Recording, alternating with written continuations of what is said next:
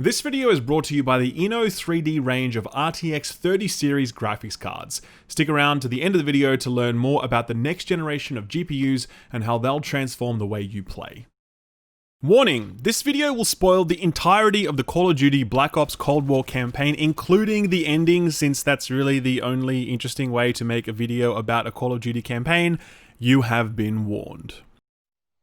Okay, what do we got here? What's on the docket today? Call of Duty Black Ops Cold War review. Oh man, is it that time of the year already? Another Call of Duty is out already. Alright, let's get this over with.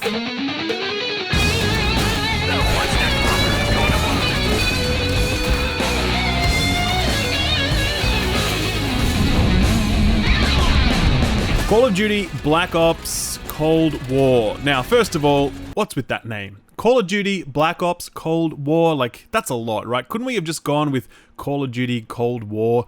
I feel like there's this desperation to shoehorn in the Black Ops subtitle since it keeps it well separated from the likes of Ghosts and Advanced Warfare and Infinite Warfare.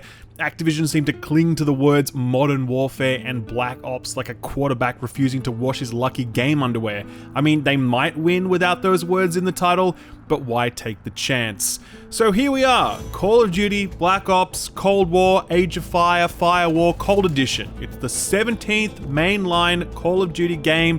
17 in 17 years. I'm so tired. This time, we're fighting the Russians. Again, only this time, we're sort of not fighting them because it's the Cold War. Those halcyon days of the space race and duck and cover and shoulder pads and the Red Scare. America and the Soviet Union are locked in a desperate struggle for ascendancy while trying to look like they're not really bothered by the existence of the other superpower. It's a war fought and won without a single shot fired, so long as you ignore all of the actual shots fired in the proxy conflicts around the world. Here in Call of Duty Cold War, you play as Bell, a top secret government operative who specializes in wet work. You squad up with a whole bunch of like-minded, like-faced, like-voiced badasses who will be your wingmen as you blaze a path through the Cold War's greatest hits: Vietnam, Reagan, occupied Berlin, Gorbachev, and the motherfucking KGB headquarters. Your journey begins in Amsterdam, where you're quietly sipping your beer, trying to avoid telling your boss, hey, you really don't need sunglasses in here, man. The G-Man tells you there's a target in the area you've been tracking, and now's your chance to nab him.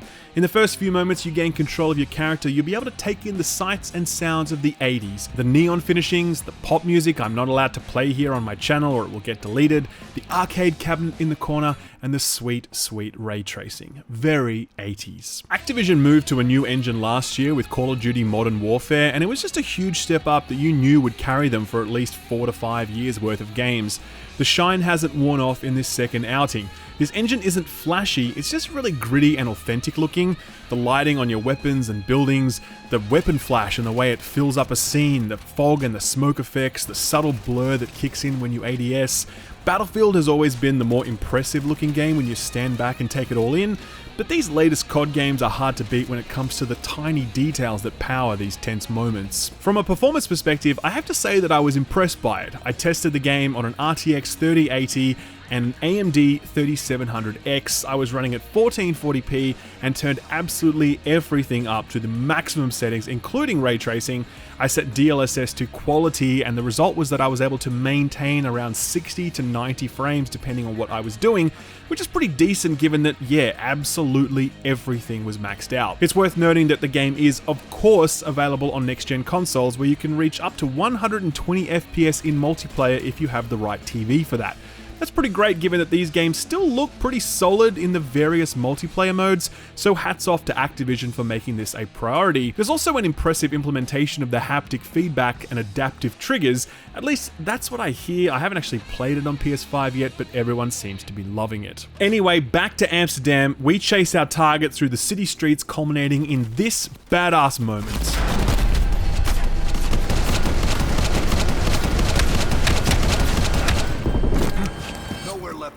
5 minutes later, when we finally hit the ground, a cutscene plays out that gives me the choice with what to do with the target after I've extracted information from him. One of my criticisms of last year's Modern Warfare was that it really seemed to pull its punches in all of the moments that were meant to feel the most gritty, like the choice to kill innocent civilians to get someone talking. I expected the same sort of kid gloves here, but no, I was given the choice to execute this guy in cold blood, and that's exactly what I did. One down, one to go. Flash forward and we're now on an airstrip pursuing another target. He rocks up, ices his buddies in the car, and a chase ensues. One that only ends when we manage to blow up the plane with a remote controlled car. We make our target talk, kill him too, because why not? And then it's on to, I don't know, whatever the hell you call this. Sir, Mr. President. Sir, Mr. President. Mr. President, this is Jason Hudson and Russell Adams. I know their names. Who do you think approved their last mission? This is some serious Uncanny Valley shit right here. Seeing the Gipper rendered like this with this weird voice, it was just, I don't know, man. I don't know. Back to the Future did it better. Welcome to the Cafe 80s, where it's always morning in America, even in the afternoon to noon. It's at this point that we can select the identity for our character, choosing which government agency he or she hails from, and a few unique perks that alter gameplay. Stuff like being able to move faster while aiming down sights, or faster reloading, that sort of thing. It's not enough to promote any sort of campaign replayability, but it's at least something. A brief cutscene later and we're introduced to the evidence board, something that's meant to sink us deep into the spy thriller motif. Its uses are limited for now, but they do open up later on. We'll come back to that when the time is right. For now, it's time for a turret sequence.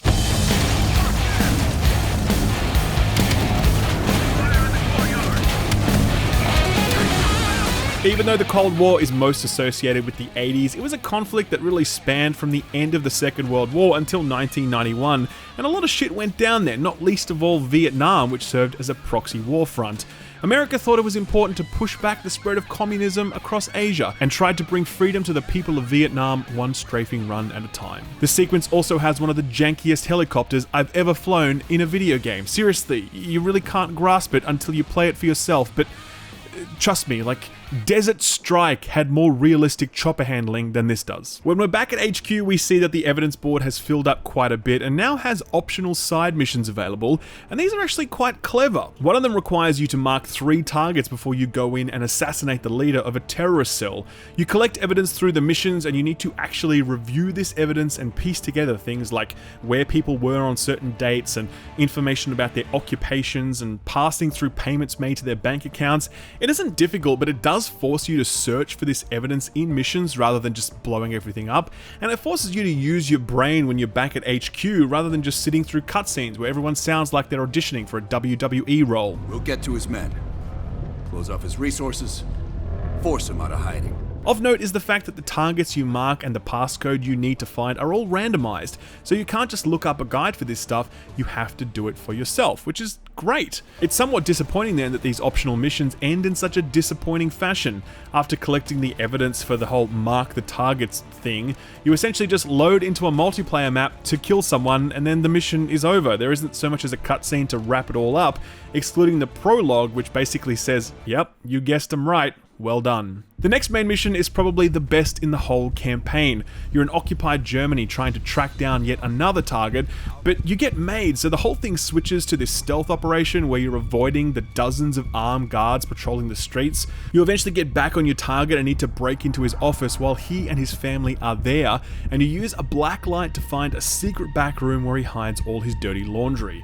There's even an optional side quest to track down and either free or silence someone who's been captured. Everything I've just described plays out over a really, really well-constructed 20 minutes that just feels like worth experiencing, worth talking about. And then, I don't know, we get captured or something and there's some shooting.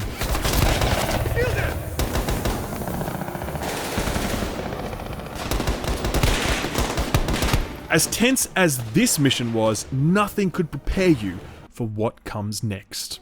Be ready. Be 1,000 Reds on the other side of this door. Cover me.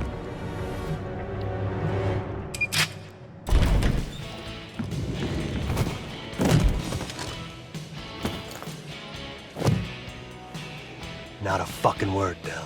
So this mission is literally a secret Soviet base where the Russians have built an Americana-themed training camp deep underground. There's like an arcade and a main street and a weird Burger King ripoff, and then underneath all of that is a stockpile of nuclear weapons. Just perfect. Anyway, next up, there's a sniper mission in the mountains. Nothing interesting here. And then we decided it would be a good idea to break into the KGB headquarters in Moscow.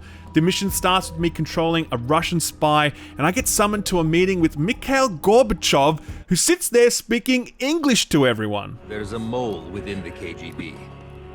The committee wants someone from the first chief directorate to oversee Colonel Kravchenko's investigation. I have to find a way into the bunker to let my buddies in, and I'm actually given a variety of ways to do this. I could bribe guards, I could convince a prisoner to kill someone, or I could frame someone else with phony evidence. It's a surprising amount of freedom for a Call of Duty campaign mission, and it's even more evidence that the devs worked pretty hard to push this beyond the traditional framework of just shooting everything that moves. When I do get downstairs, I let Team America in through the secret entrance, and then they kill some guards to use their uniforms as a disguise, but my guy still refuses to take off his sunglasses. He's undercover in the KGB headquarters, and he really thinks that rocking his gold-rimmed aviators is the right call. Alright man, you do you. When the job is done and our cover is blown, we exit in style.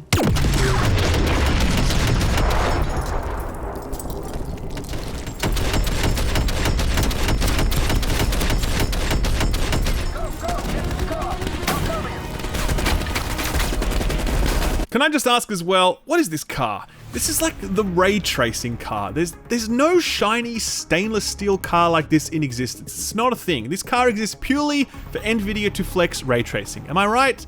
I'm definitely right. Hashtag sponsored. For some reason, we then find ourselves in Cuba, which is easily the worst mission in the entire campaign. It's just shooting the whole time, just shooting corridor after corridor and building after building. It's so phoned in. It's like filler from 15 years ago. This is terrible, but awful. But then they make up for it in the next mission, which is when the plot twist happens.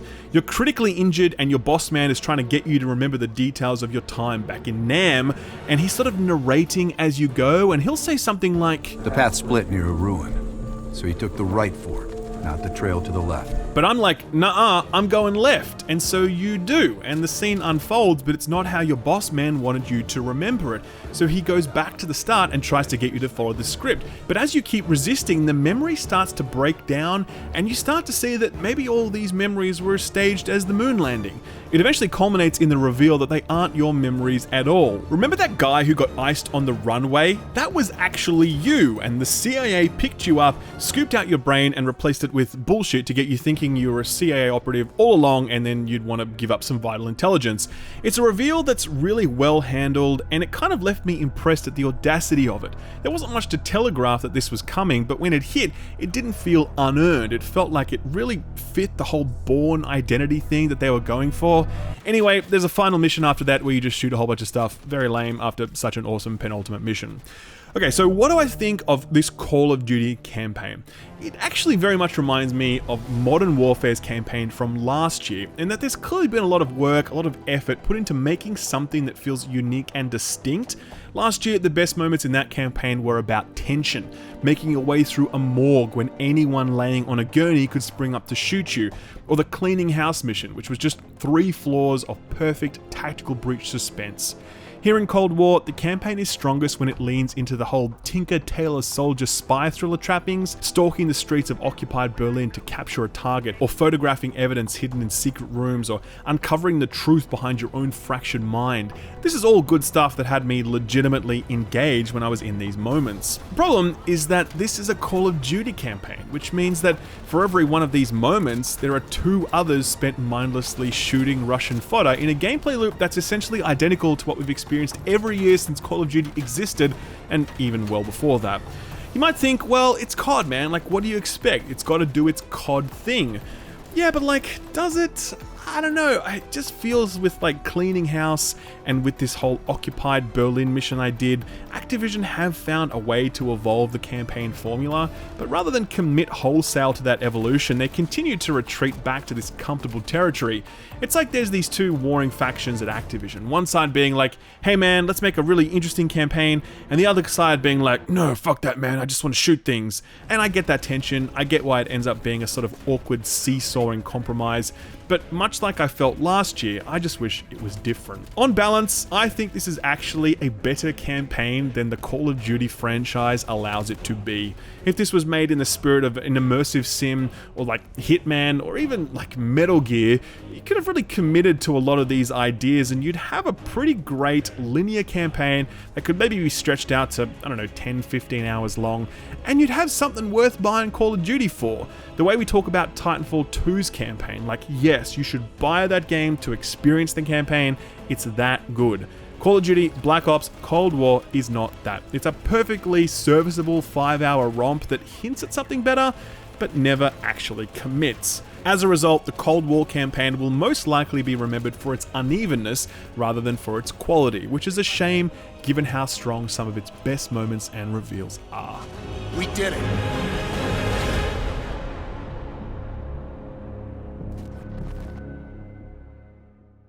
This video was brought to you by the Eno 3D range of RTX 30 series GPUs, and if you haven't looked into how much of a leap this next generation of cards are, then you really should. Put simply, this next generation of NVIDIA GPUs are to PCs what the PS5 and Xbox Series X are to consoles. They make 4K gaming actually possible, where before you had to turn down too many of your settings to keep your frame rate up.